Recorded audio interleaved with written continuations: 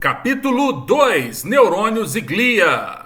Introdução. Todos os tecidos e os órgãos do organismo são formados por células. As funções especializadas das células e o modo como elas interagem determinam a função dos órgãos. O encéfalo é um órgão, seguramente, o mais sofisticado e complexo que a natureza tem inventado.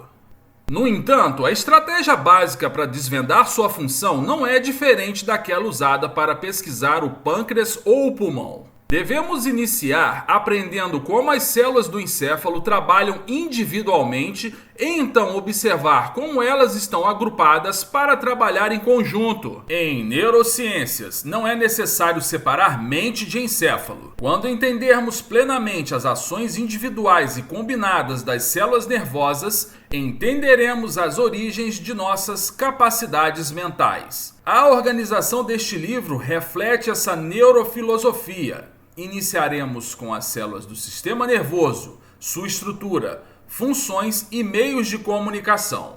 Nos capítulos seguintes, estudaremos como essas células estão agregadas em circuitos que medeiam sensação, percepção, movimento, fala e emoção. Neste capítulo, enfocaremos a estrutura dos diferentes tipos celulares no sistema nervoso, neurônios e glia. São categorias amplas, as quais apresentam muitos tipos de célula que se diferenciam em sua estrutura, química e função. Contudo, a distinção entre neurônios e glia é importante. Ainda que existam muitos neurônios no encéfalo humano, em torno de 100 bilhões, as células glias excedem em cerca de 10 vezes o número de neurônios.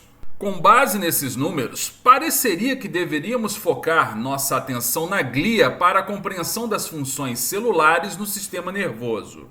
No entanto, os neurônios são as células mais importantes para as funções exclusivas do encéfalo. São os neurônios que percebem modificações no ambiente, comunicam essas modificações a outros neurônios e comandam as respostas corporais a essas sensações. Acredita-se que a glia, ou células gliais, contribui para a função encefálica principalmente por isolar, sustentar e nutrir os neurônios vizinhos. Se o encéfalo fosse um biscoito com pedaços de chocolate e os neurônios fossem os pedaços de chocolate, a glia seria a massa que preenche todos os espaços e assegura que os fragmentos de chocolate estejam suspensos em seu lugar apropriado. Na realidade, o termo glia origina-se da palavra grega para cola, dando a impressão que a principal função dessas células seria de impedir que o encéfalo escapasse por nossas orelhas. Como veremos posteriormente nesse capítulo, essa visão simplista é provavelmente um bom indício da profundidade de nossa ignorância acerca da função das células gliais. Entretanto, ainda estamos seguros de que os grandes responsáveis pelo processamento das informações no encéfalo são os neurônios. Portanto, vamos dar 90% de nossa atenção aos 10% da população celular do encéfalo, os neurônios. A neurociência, como outros campos, tem sua própria linguagem. Para utilizar essa linguagem, deve-se aprender o vocabulário. Após ler esse capítulo, dedique uns minutos para rever a lista de palavras-chave e certifique-se de haver compreendido o significado de cada termo. Seu vocabulário em neurociência crescerá à medida que você for avançando na leitura deste livro. A doutrina neural. Para estudar a estrutura das células nervosas, os cientistas precisam vencer vários obstáculos. O primeiro foi o pequeno tamanho. A maioria das células está entre os limites de 0,01 a 0,05 milímetros de diâmetro.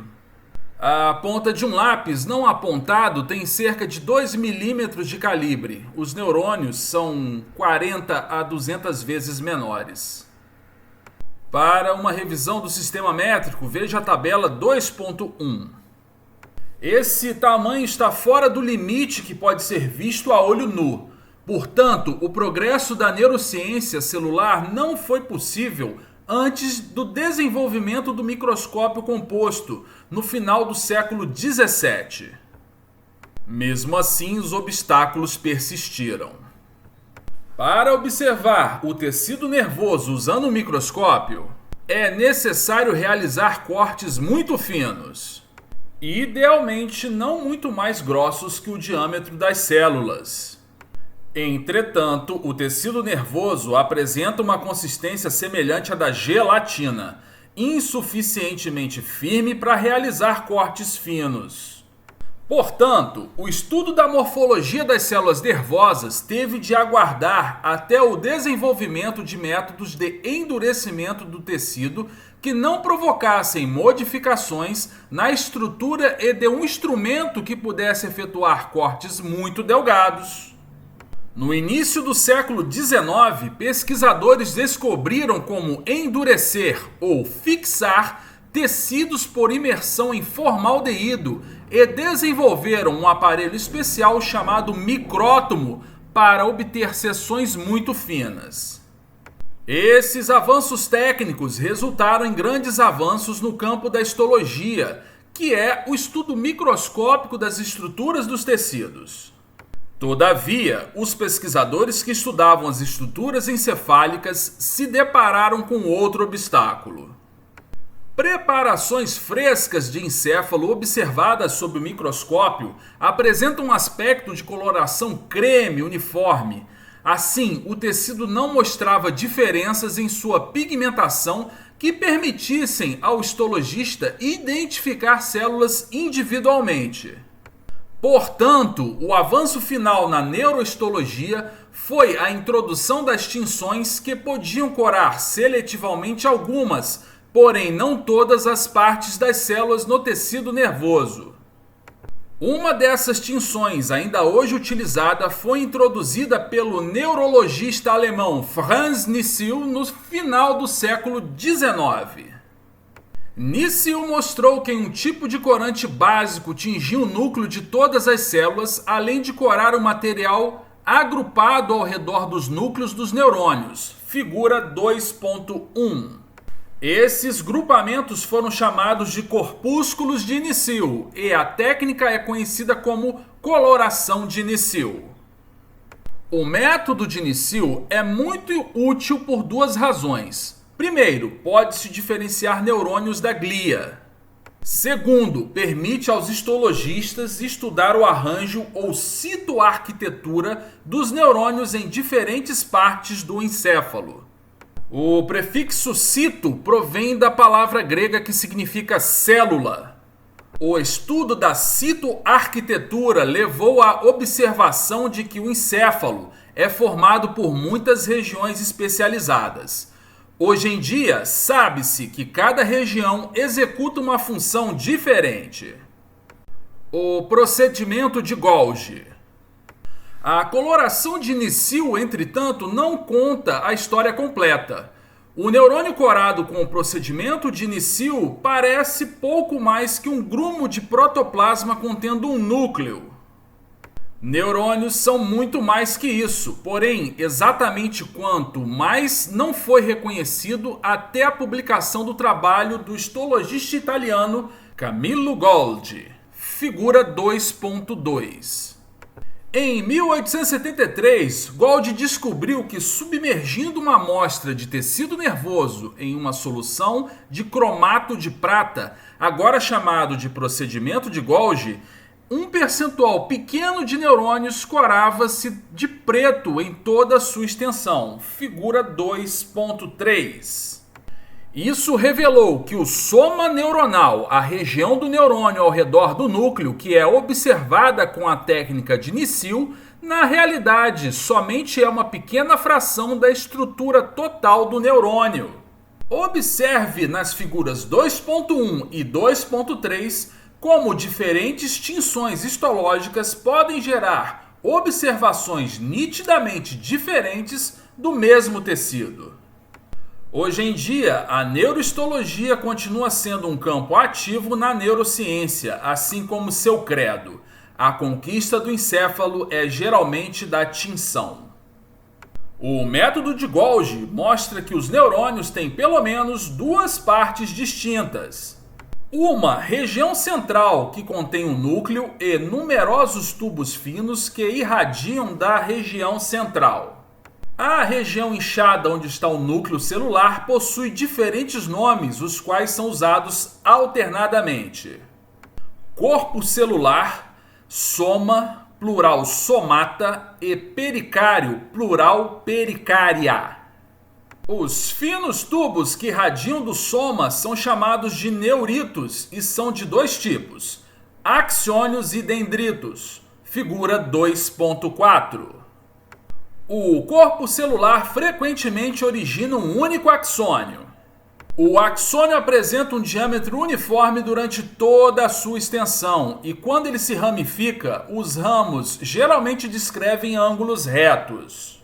Como os axônios podem estender-se por grandes distâncias no corpo, 1 metro ou mais, foi imediatamente reconhecido pelos histologistas da época que os axônios atuariam como fios que transportam as informações que emergem dos neurônios. Os dendritos, por outro lado, raramente se estendem por mais de 2 milímetros de comprimento. Muitos dendritos estendem-se do corpo celular, terminando geralmente em pontas finas. Os primeiros histologistas reconheceram que uma vez que os dendritos estabelecem contato com muitos axônios, devem atuar como antenas do neurônio para receber aferências ou sinais de entrada. A contribuição de Carral. Golgi inventou o procedimento, mas foi um espanhol contemporâneo de Golgi quem o empregou com maior eficiência. Santiago Ramón y Cajal foi um artista e um histologista habilidoso que soube do método de Golgi em 1888, figura 2.5. Em uma série de publicações notáveis ao longo dos 25 anos subsequentes, Cajal utilizou a técnica de Golgi para desvendar conexões em muitas regiões do encéfalo, figura 2.6. Ironicamente, Golgi e Cajal tiraram conclusões completamente opostas acerca dos neurônios. Golgi defendeu o ponto de vista de que os neuritos de diferentes células fundem-se uns com os outros, formando um retículo contínuo ou rede semelhante ao que acontece com as artérias e veias do sistema circulatório. De acordo com a teoria reticularista, o encéfalo é uma exceção à teoria celular, a qual afirma que a célula individual é a unidade funcional elementar de todos os tecidos animais. Cajal, por outro lado, defendia ferrenhamente que os processos de diferentes neurônios não possuem continuidade entre eles e devem comunicar-se por contato, não por continuidade. Essa ideia, que estava de acordo com a teoria celular, veio a ser conhecida como doutrina neural. Mesmo tendo Golgi e Cajal compartilhado o prêmio Nobel em 1906, eles foram rivais até o fim.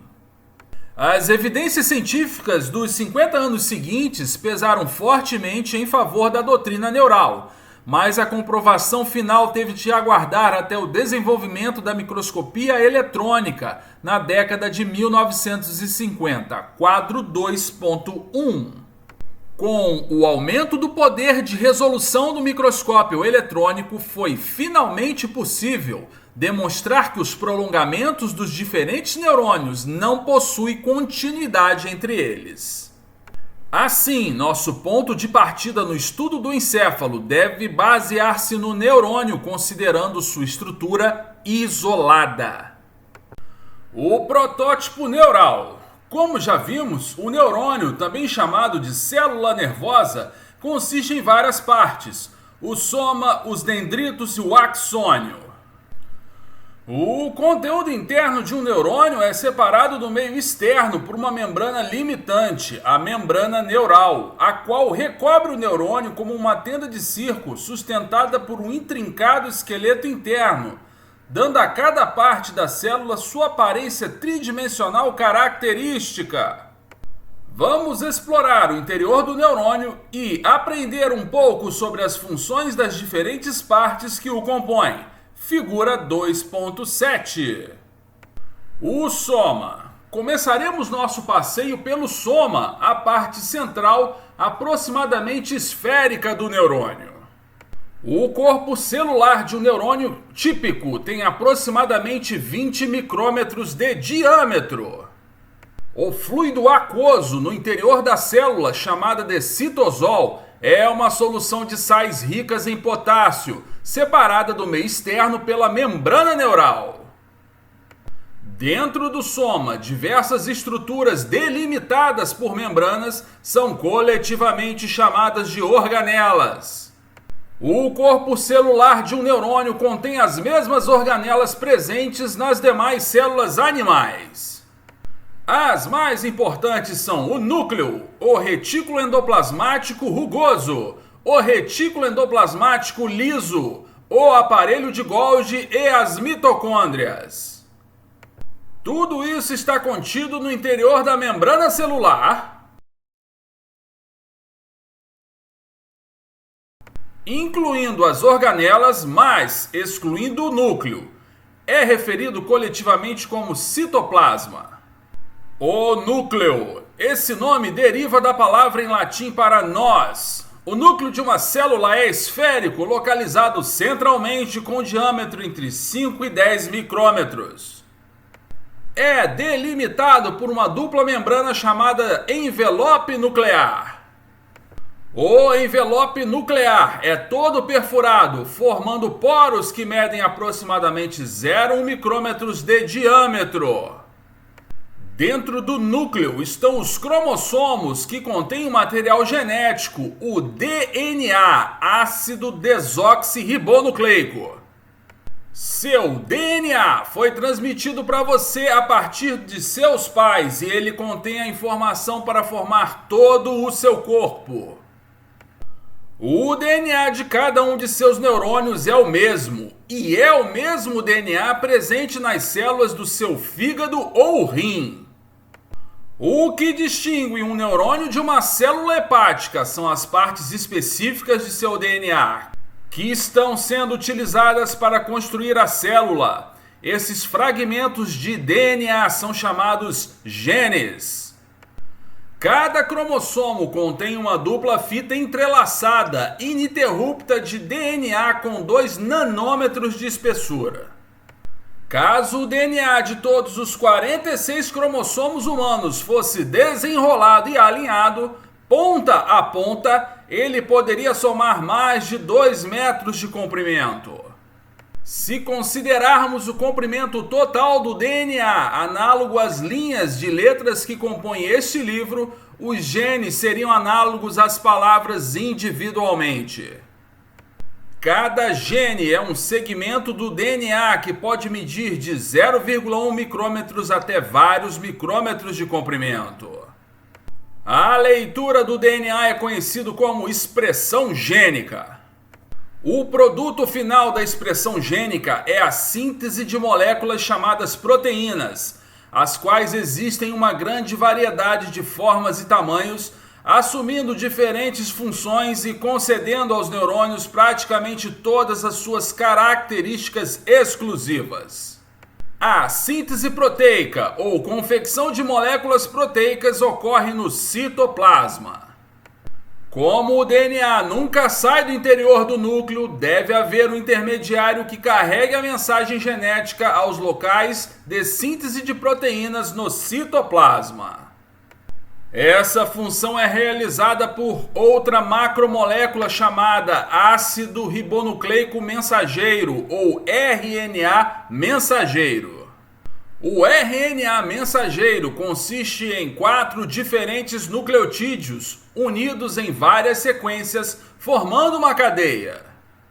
A sequência específica de nucleotídeos na cadeia representa a informação no gene, assim como uma sequência de letras dá sentido a uma palavra escrita. O processo de confecção de um RNA mensageiro que contém a informação de um gene é chamado transcrição, e o RNA mensageiro resultante é chamado de transcrito. Figura 2.8a.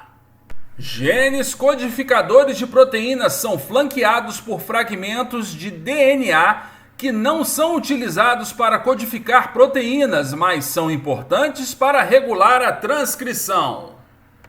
Em uma extremidade do gene está o promotor, a região onde a enzima que sintetiza o RNA, a RNA polimerase, liga-se para iniciar a transcrição. A ligação da polimerase ao promotor é finamente regulada por outras proteínas chamadas de fatores de transcrição. Na outra extremidade está uma sequência de DNA chamada de região de terminação, que a RNA polimerase reconhece como ponto final para a transcrição. Somando-se as regiões do DNA que não codificam proteínas e que se encontram flanqueados os genes, frequentemente há fragmentos de DNA dentro do gene que não podem ser usados para codificar uma proteína. Essas regiões intercaladas são chamadas de introns e as sequências codificantes são chamadas de exons. Os transcritos primários possuem tanto introns como exons, mas então, por meio de um processo chamado corte-junção do RNA, os introns são removidos e os exons restantes são ligados. Figura 2.8b. Em alguns casos, determinados exons são removidos juntamente com os introns, permitindo um RNA mensageiro com corte-junção alternativo, que, na verdade, codifica uma proteína diferente. Assim, a transcrição de um único gene pode dar origem a diferentes moléculas de RNA mensageiro e proteínas. Os transcritos do RNA mensageiro emergem do núcleo através dos poros presentes no envelope nuclear e dirigem-se para os diferentes sítios de síntese proteica em algum lugar do neurônio. Nesses sítios, a molécula de proteína é confeccionada assim como a de RNA foi, pela ligação de muitas moléculas pequenas formando outra cadeia. No caso das proteínas, os blocos constitutivos são os aminoácidos, dos quais há 20 diferentes tipos. Essa síntese de proteínas a partir de aminoácidos sob controle do RNA mensageiro é chamado de tradução. O estudo científico desse processo, que inicia com o DNA nuclear e finaliza com a síntese de moléculas proteicas na célula, é chamado de biologia molecular.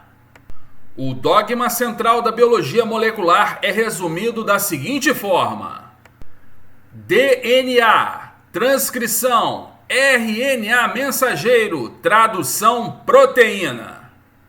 Um novo campo que surge na neurociência é chamado de neurobiologia molecular.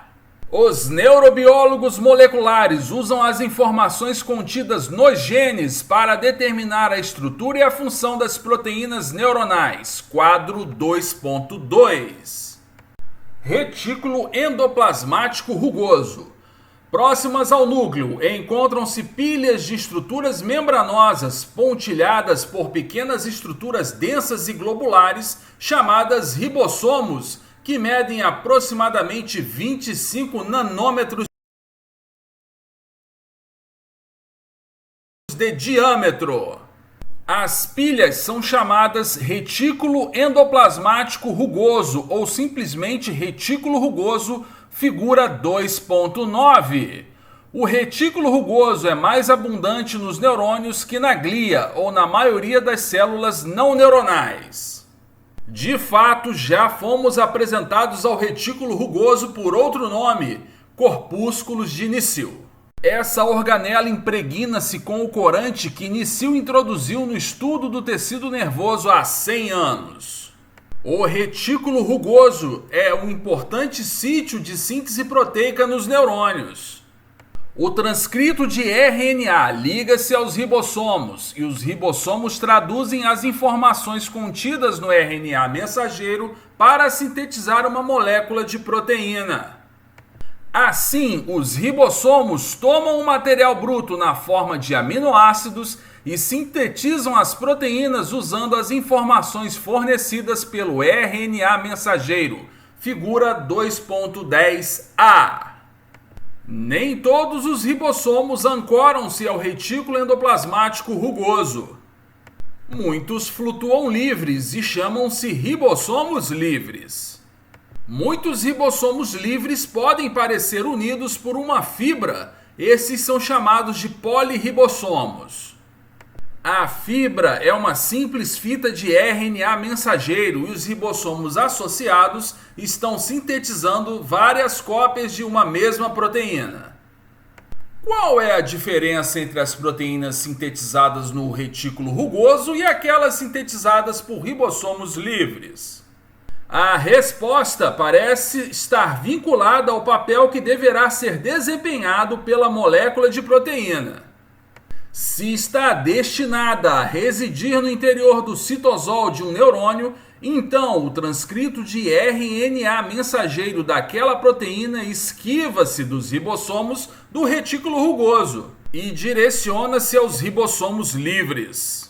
Entretanto, se a proteína está destinada a ser inserida na membrana da célula ou de uma organela, então é sintetizada no retículo endoplasmático rugoso.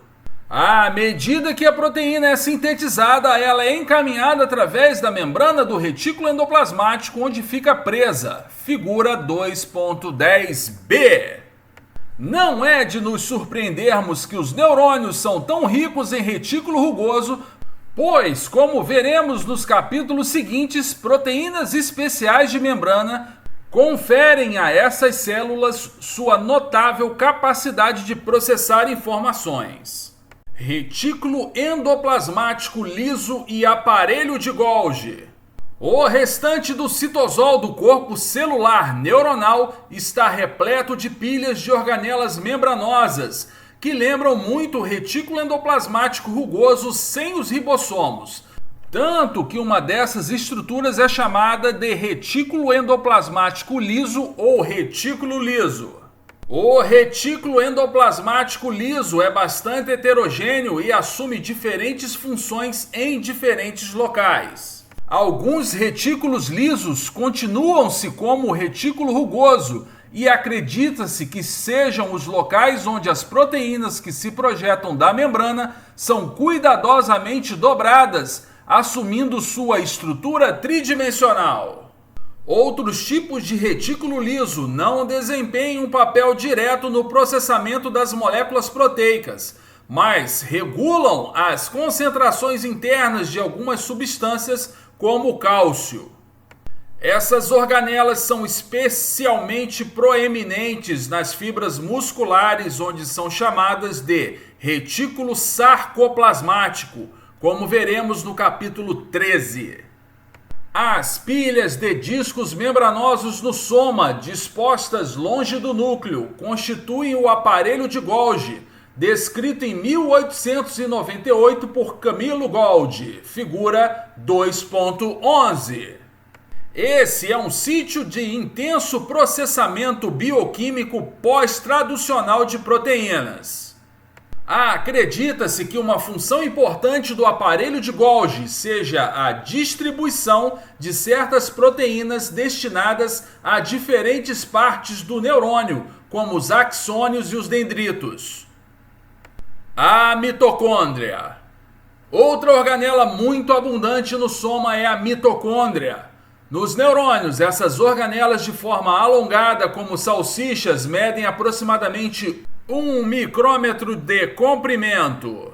Cercadas por sua membrana externa está a membrana interna, que forma uma série de pregas chamadas de cristas. Entre as cristas existe um espaço chamado de matriz, figura 2.12a. As mitocôndrias são local da respiração celular, figura 2.12b. Quando uma mitocôndria inspira, entre aspas, ela internaliza ácido pirúvico, derivado de açúcares e proteínas digeridos, e oxigênio, ambos os quais permeiam o citosol. Dentro do compartimento interno de uma mitocôndria, o ácido pirúvico entra em uma série complexa de reações bioquímicas chamadas de ciclo de Krebs, com nome em homenagem ao pesquisador anglo-germânico Hans Krebs, que propôs essa via metabólica em 1937. Os produtos bioquímicos do ciclo de Krebs geram energia que, em outra série de reações dentro das cristas, chamada cadeia transportadora de elétrons, resulta na adição de fosfato a disfosfato de adenosina, ADP, produzindo o trifosfato de adenosina, ATP, a fonte energética da célula. Quando a mitocôndria expira, entre aspas, 15 moléculas de ATP são liberadas para cada molécula de ácido pirúvico metabolizado. O ATP é a molécula energética da célula. A energia química armazenada no ATP é utilizada para manter a maioria das reações bioquímicas de um neurônio. Por exemplo, como veremos no capítulo 3, proteínas específicas da membrana neural utilizam a energia gerada pela quebra da molécula de ATP em ADP para bombear certas substâncias através da membrana, estabelecendo concentrações diferentes entre o meio externo e interno do neurônio. A membrana neuronal. A membrana neuronal serve como uma barreira delimitando internamente o citoplasma e excluindo no meio externo certas substâncias presentes nos fluidos que banham os neurônios. A membrana tem aproximadamente 5 nanômetros de espessura e é cravejada por proteínas. Como mencionado anteriormente, algumas das proteínas associadas à membrana bombeiam substâncias de dentro para fora. Outras formam poros que regulam quais substâncias podem acessar o interior do neurônio. Uma importante característica dos neurônios é que a composição proteica da membrana varia de acordo com a localização da membrana, no soma, nos dendritos ou no axônio. A função dos neurônios não pode ser compreendida sem o conhecimento da estrutura e da função da membrana neural e de suas proteínas associadas. De fato, esse tópico é de tamanha importância que passaremos boa parte dos próximos 4 capítulos estudando como as membranas conferem aos neurônios sua notável capacidade de transferir sinais elétricos ao longo do encéfalo e do corpo. O citoesqueleto. Anteriormente, comparamos a membrana neural com a tenda de um circo sustentada por um esqueleto interno.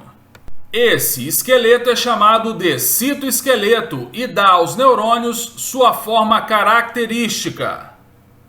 Os ossos, entre aspas, do citoesqueleto são os microtúbulos, os microfilamentos e os neurofilamentos. Figura 2.13. Ao fazermos essa analogia com a estrutura de sustentação da tenda do circo, não devemos pensar que o citoesqueleto é estático. Ao contrário, os componentes do citoesqueleto são regulados de forma muito dinâmica e estão, muito provavelmente, em constante movimento. Entretanto, você lê essa sentença, seus neurônios provavelmente estão se contorcendo, entre aspas, dentro de sua cabeça. Microtúbulos. Os microtúbulos medem em torno de 20 nanômetros de diâmetro. São grandes e percorrem longitudinalmente os neuritos. Um microtúbulo se parece com um tubo reto, oco e com paredes espessas. A parede desse tubo é composta por pequenas fitas entrelaçadas como em uma corda trançada. Cada uma dessas pequenas fitas consiste em uma proteína chamada tubulina. Uma única molécula de tubulina é pequena e globular. A fita consiste na união de várias unidades de tubulina como contas de um colar. O processo de união das pequenas proteínas para formar uma longa fita é chamada de polimerização. A fita resultante é chamada de polímero. A polimerização e a despolimerização dos microtúbulos e, consequentemente, a forma neuronal podem ser reguladas por vários sinais dentro do neurônio. Uma classe de proteínas que participa da regulação da polimerização e função dos microtúbulos são as proteínas associadas aos microtúbulos, ou MAPs. Entre outras funções, muitas das quais ainda desconhecidas, as MAPs ancoram os microtúbulos uns aos outros e outras partes dos neurônios. Alterações patológicas em uma MAP dos axônios, chamada proteína tau, estão relacionadas à demência que acompanha a doença de Alzheimer. Quadro 2.3.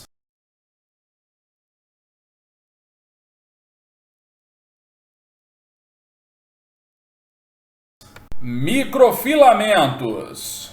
Os microfilamentos medem apenas 5 nanômetros de diâmetro e apresentam aproximadamente a mesma espessura da membrana celular.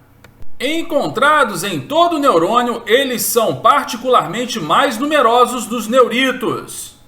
Os microfilamentos são formados por 2 delgadas fitas trançadas, e as fitas são polímeros da proteína actina. A actina é uma das proteínas mais abundantes em todos os tipos celulares, incluindo os neurônios, e acredita-se que tem um papel na mudança da forma das células. Na verdade, como veremos no capítulo 13, os filamentos de actina estão criticamente envolvidos no mecanismo de contração muscular. Como os microtúbulos, os microfilamentos de actina são constantemente polimerizados e despolimerizados, e esse processo é regulado por sinais nos neurônios. Além de estarem dispostos longitudinalmente ao longo dos neuritos, como os microtúbulos, os microfilamentos também estão intimamente associados à membrana. Eles estão ancorados na membrana por meio de ligações à rede de proteínas fibrosas que revestem a superfície interna da membrana celular como uma teia de aranha. Neurofilamentos.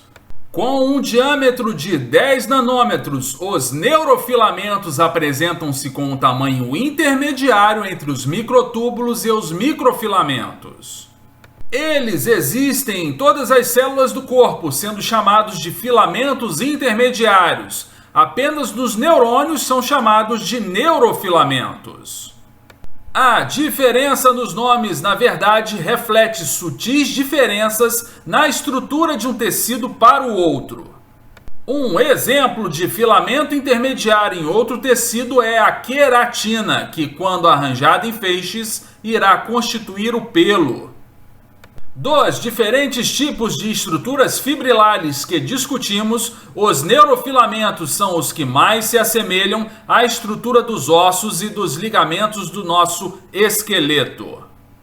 Um neurofilamento consiste em múltiplas subunidades, blocos constitutivos que estão organizados como uma cadeia de salsicha. A estrutura interna de cada subunidade é composta de 3 fitas de proteínas unidas. Ao contrário dos microfilamentos e microtúbulos, essas fitas consistem em longas moléculas proteicas individuais, cada qual espiralada em uma configuração semelhante a uma mola. Essa estrutura confere aos neurofilamentos um arranjo mecanicamente muito resistente. O axônio. Até aqui temos considerado várias estruturas como o soma, as organelas, a membrana e o citoesqueleto. Entretanto, nenhuma delas é exclusiva dos neurônios. Elas são encontradas em todas as células do nosso corpo. Entretanto, agora encontramos o axônio, uma estrutura exclusiva dos neurônios, altamente especializada nos processos de transferência de informações ao longo do sistema nervoso. O axônio parte de uma região chamada cone de implantação, que se torna afilado para formar o segmento inicial do axônio propriamente dito, figura 2.14. 2 características marcantes distinguem o axônio do soma. 1. Não há retículo endoplasmático rugoso no axônio. e ocorrem poucos ou nenhum ribossomos livres. 2. A composição proteica da membrana do axônio é fundamentalmente diferente daquela observada na membrana do soma. Essas diferenças estruturais refletem-se nas diferenças funcionais. Uma vez que não existem ribossomos, não há síntese proteica no axônio. Isso significa que todas as proteínas presentes no axônio devem originar-se do soma. São as pontas diferenciadas presentes na membrana do axônio que permitem ao mesmo funcionar como um fio de telégrafo, entre aspas, o qual envia informações ao longo de grandes distâncias. Os axônios podem se estender por menos de 1 milímetro ou podem atingir até mais de 1 metro. Os axônios frequentemente se ramificam e essas ramificações são chamadas de colaterais axonais. Ocasionalmente, uma colateral pode retornar e comunicar-se com a célula que deu origem ao axônio ou com os dendritos das células vizinhas. Essas ramificações chamam-se colaterais recorrentes. O diâmetro de um axônio é variável, medindo desde menos de 1 micrômetro até cerca de 25 micrômetros nos humanos e podendo atingir 1 milímetro nas lulas. Essa variação do diâmetro é relevante para as funções dos axônios. Como será explicado no capítulo 4, a velocidade do sinal elétrico ao longo do axônio, o impulso nervoso, varia conforme o diâmetro do axônio. Quanto maior o calibre do axônio, mais rápido o impulso trafega. O terminal axonal. Todos os axônios têm um início, o cone de implantação, uma porção intermediária, o axônio propriamente dito, e uma extremidade. Essa extremidade é chamada de terminal axonal ou botão terminal, referindo-se ao fato de que normalmente se parece com um disco entumecido. Figura 2.15. O terminal é o local onde o axônio entra em contato com outros neurônios ou outras células e passa informação para eles. Esse ponto de contato chama-se sinapse, uma palavra derivada do grego significando amarrar junto. Às vezes, os axônios apresentam muitas ramificações em suas regiões terminais, e cada ramificação forma uma sinapse, com dendritos ou corpos celulares na mesma região. Essas ramificações são chamadas coletivamente de arborização terminal. Outras vezes, os axônios formam sinapses em regiões dilatadas ao longo do seu eixo e então continuam em frente, terminando em outro lugar. Tais regiões entumecidas são chamadas boutons en passant, botões de passagem. Em qualquer dos casos, quando o neurônio estabelecer contato sináptico com outra célula, diz-se que ele inerva aquela célula ou promove a inervação. O citoplasma do terminal axonal difere daquele presente no restante do axônio em várias características. 1. Microtúbulos não se estendem ao terminal sináptico. 2. O terminal sináptico contém numerosas bolhas pequenas, envoltas por membranas, chamadas vesículas sinápticas, que medem aproximadamente 50 nanômetros de diâmetro. 3. A superfície interna da membrana de uma sinapse apresenta um revestimento particularmente denso de proteínas. 4. O terminal apresenta numerosas mitocôndrias, indicando uma alta demanda de energia no local. A sinapse. Embora os capítulos 5 e 6 sejam completamente dedicados a explicar o modo como é transferida a informação de um neurônio para outro através da sinapse, veremos uma prévia aqui. A sinapse tem dois lados, o pré-sináptico e o pós-sináptico, figura 2.15.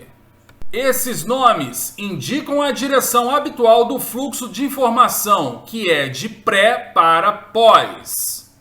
O lado pré-sináptico geralmente consiste em um terminal axonal, enquanto o lado pós-sináptico pode ser um dendrito ou soma de outro neurônio. O espaço entre as membranas pré-sináptica e pós-sináptica é chamado fenda sináptica. A transferência de informação através da sinapse de um neurônio para outro é chamado transmissão sináptica. Na maioria das sinapses, a informação que viaja na forma de impulsos elétricos ao longo do axônio é convertida no terminal axonal em um sinal químico que cruza a fenda sináptica. Na membrana pós-sináptica, esse sinal químico é convertido novamente em um sinal elétrico. O sinal químico é chamado de neurotransmissor e é armazenado nas vesículas sinápticas e liberado a partir delas na fenda sináptica. Como veremos, diferentes neurotransmissores são usados por diferentes tipos de neurônios. Essa transformação da informação de elétrica para química, química para elétrica, torna possível muitas das capacidades computacionais do encéfalo. Modificações desse processo estão envolvidas no aprendizado e na memória, e distúrbios nas transmissões sinápticas desencadeiam certos transtornos mentais. A sinapse também é um local de ação para muitas toxinas e para a maioria das drogas psicoativas. Transporte axoplasmático. Como já foi mencionado, uma característica do citoplasma dos axônios, incluindo o terminal axonal, é a ausência de ribossomos. Considerando que os ribossomos são as fábricas de proteínas da célula, a ausência deles significa que as proteínas axonais devem ser sintetizadas no soma e então transportadas para o axônio. Realmente, na metade do século XIX, o fisiologista inglês Augustus Waller mostrou que os axônios não sobrevivem quando separados do soma da célula de que faziam parte. A degeneração dos axônios que ocorre quando são cortados é hoje chamada degeneração walleriana. Uma vez que pode ser detectada com certos métodos de marcação, a degeneração walleriana é um modo de se traçar as conexões axonais no encéfalo. A degeneração walleriana acontece porque o fluxo normal de materiais do soma para o terminal axonal está interrompido.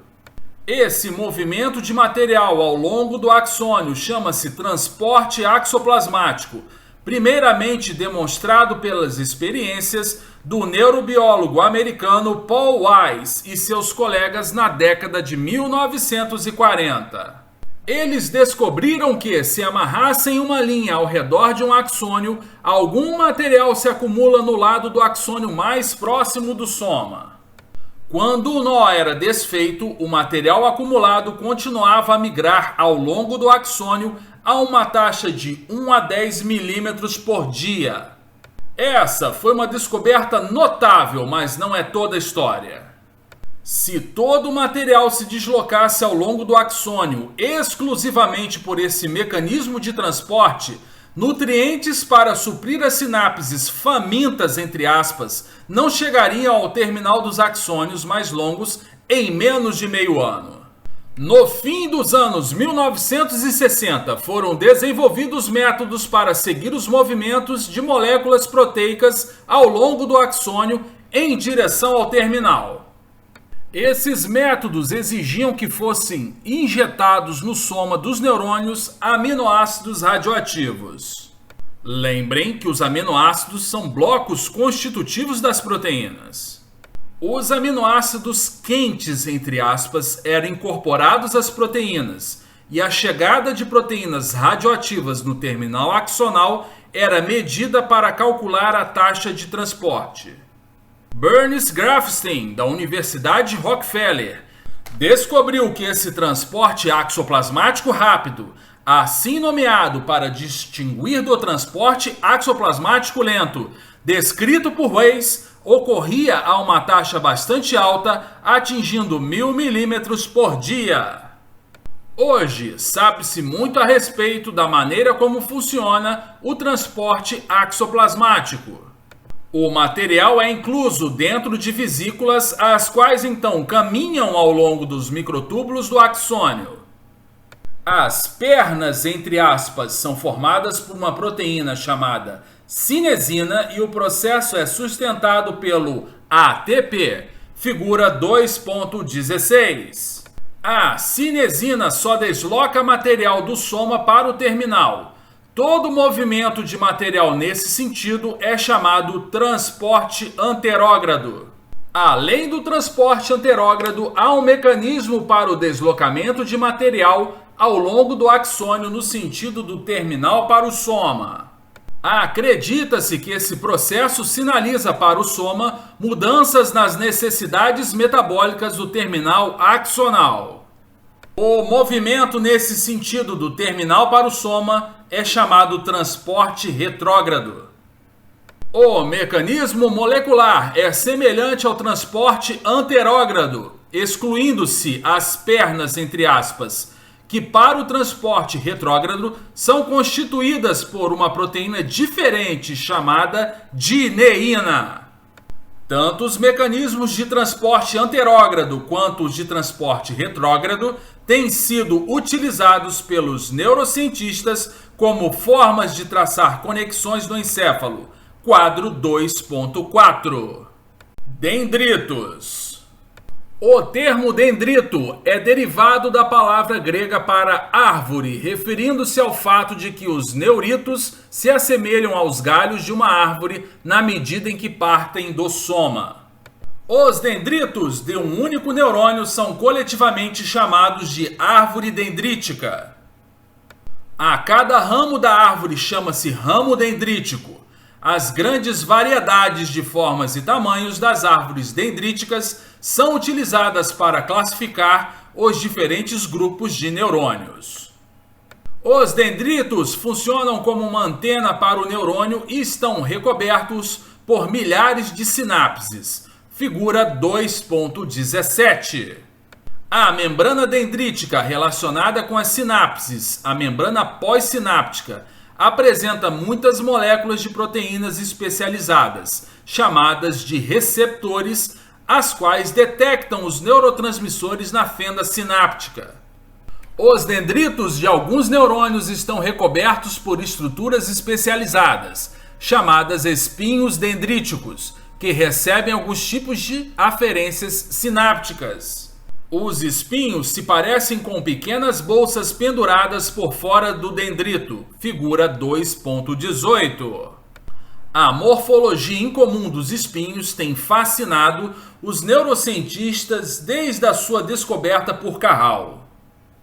Acredita-se que elas isolem várias reações químicas disparadas por alguns tipos de ativação sináptica. A estrutura do espinho é sensível ao tipo e à intensidade da atividade sináptica. Alterações incomuns têm sido detectadas no encéfalo de indivíduos com prejuízos cognitivos. Quadro 2.5. William Greenough, da Universidade de Illinois, em Urbana, demonstrou que o número de espinhos é também muito sensível à qualidade do ambiente experimentado durante o início do desenvolvimento e na fase adulta. Quadro 2.6.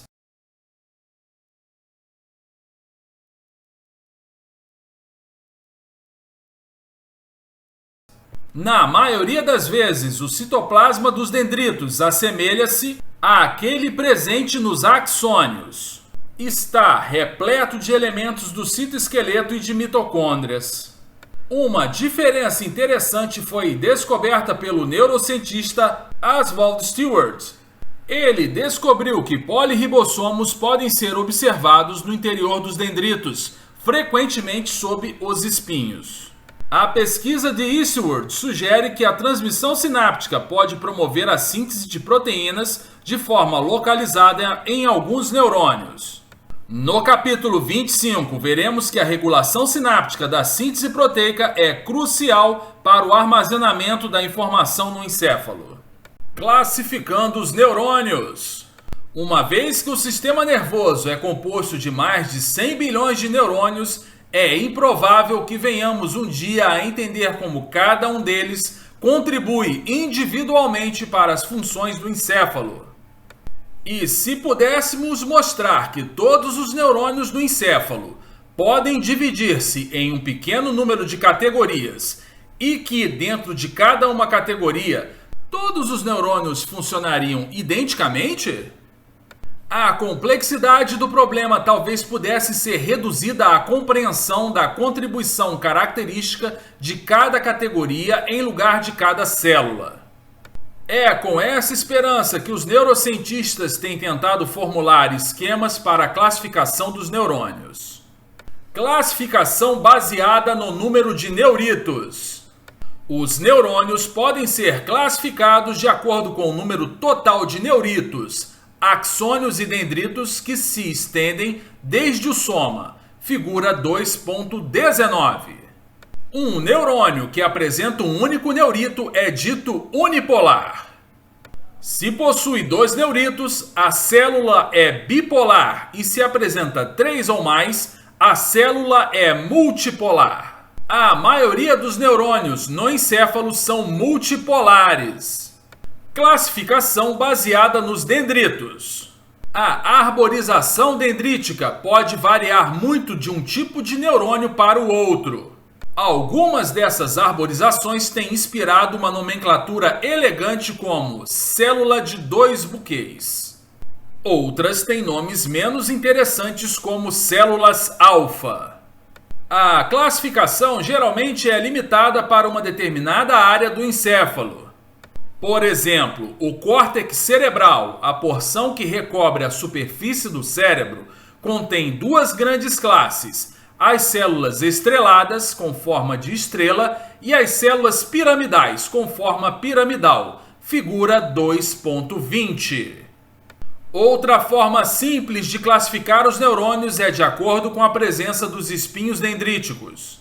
Assim, temos aqueles que os apresentam e chamam-se de espinhosos, enquanto aqueles que não possuem espinhos chamam-se de não espinhosos. Esses esquemas para a classificação dendrítica podem ser sobrepostos.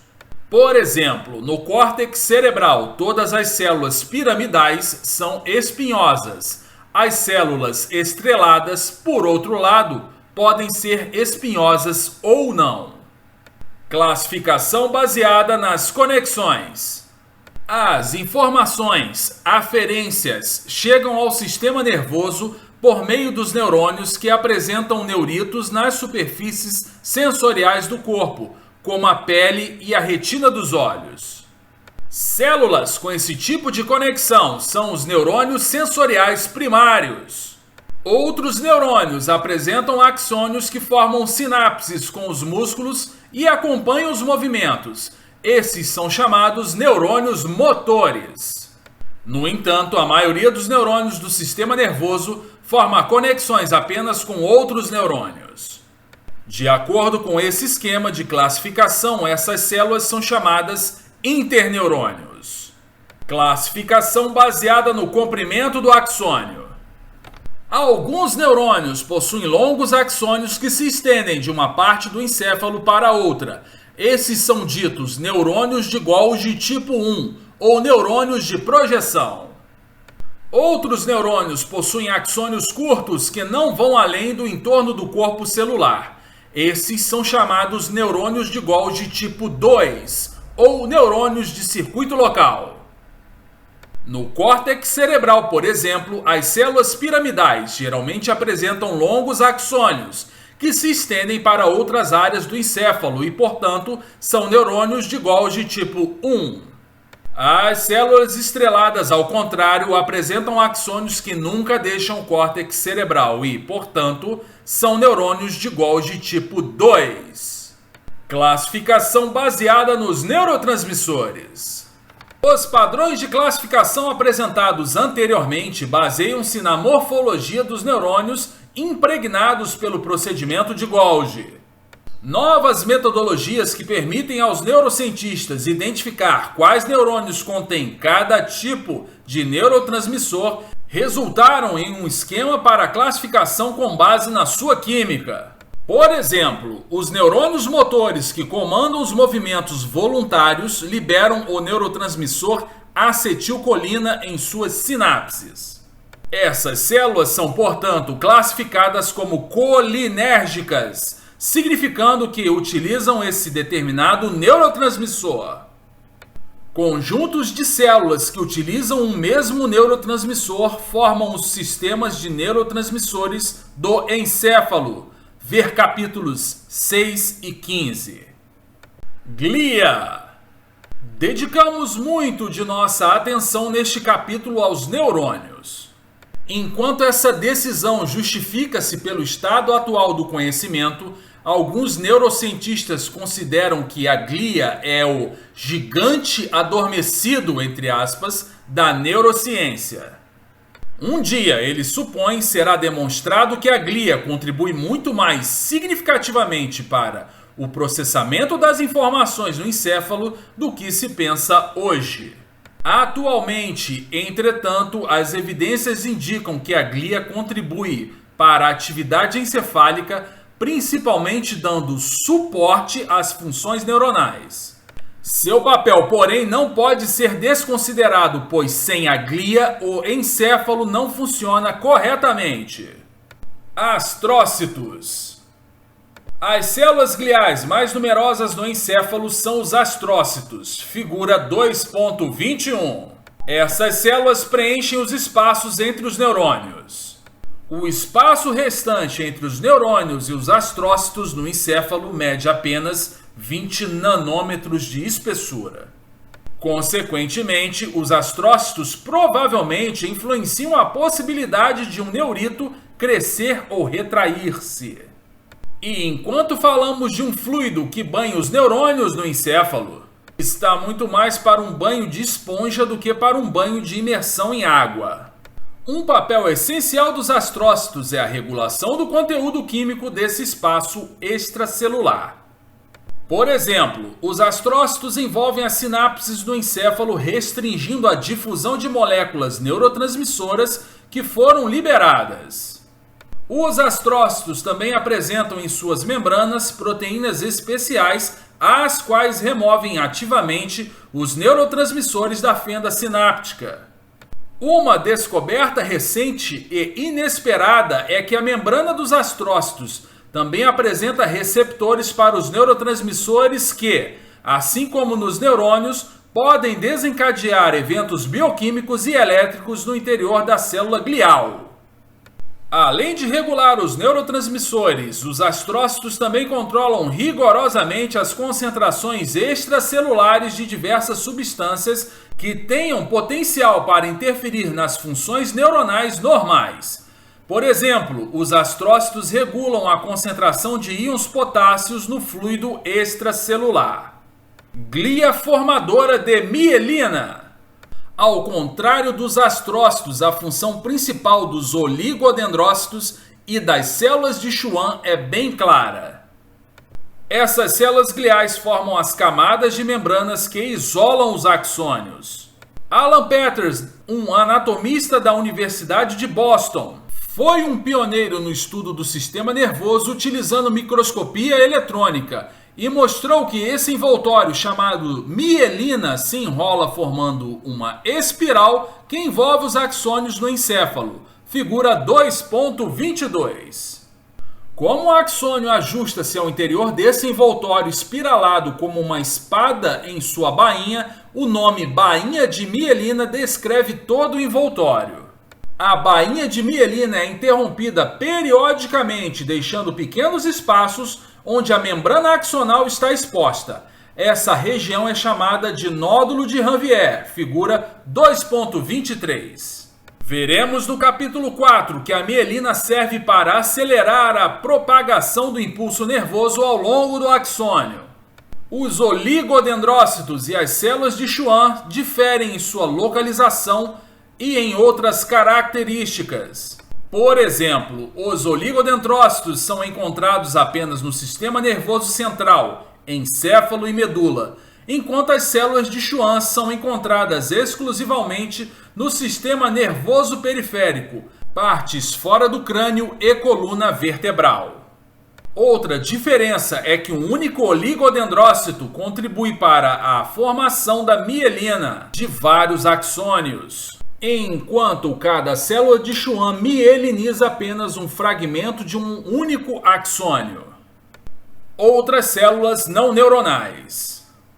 Mesmo se eliminássemos todos os neurônios, astrócitos e oligodendrócitos, ainda restariam outras células no encéfalo.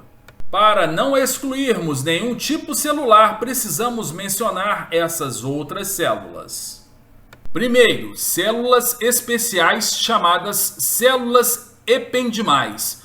Formam a camada de células que atapeta os ventrículos no encéfalo e também desempenham um papel no direcionamento da migração celular durante o desenvolvimento do encéfalo. Segundo, uma classe de células chamadas microglia age como macrófagos na remoção de fragmentos celulares gerados pela morte ou degeneração de neurônios e glia.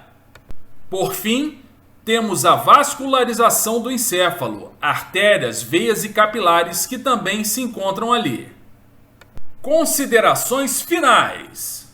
Com o aprendizado acerca das características estruturais de um neurônio, vislumbramos como os neurônios e suas diferentes partes funcionam, pois a estrutura está relacionada à função. Por exemplo, a ausência dos ribossomos nos axônios indicam corretamente que as proteínas presentes no terminal axonal devem ser provenientes do soma por meio do transporte axoplasmático. Um grande número de mitocôndrias no terminal axonal sugere corretamente uma grande demanda energética.